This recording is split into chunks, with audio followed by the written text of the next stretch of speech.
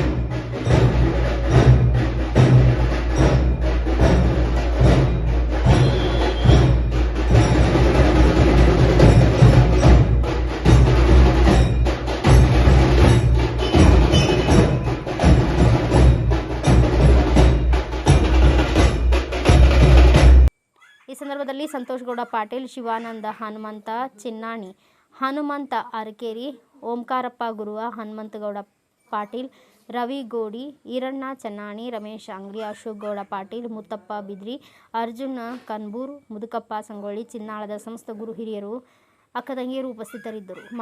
Bureau report Mahadeva ಚನ್ನಾಣಿ, Bharat Vaibhava news, Mudhol.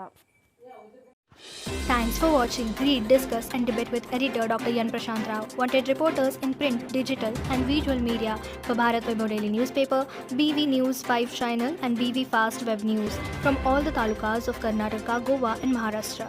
If interested, send your resume to 9019229369.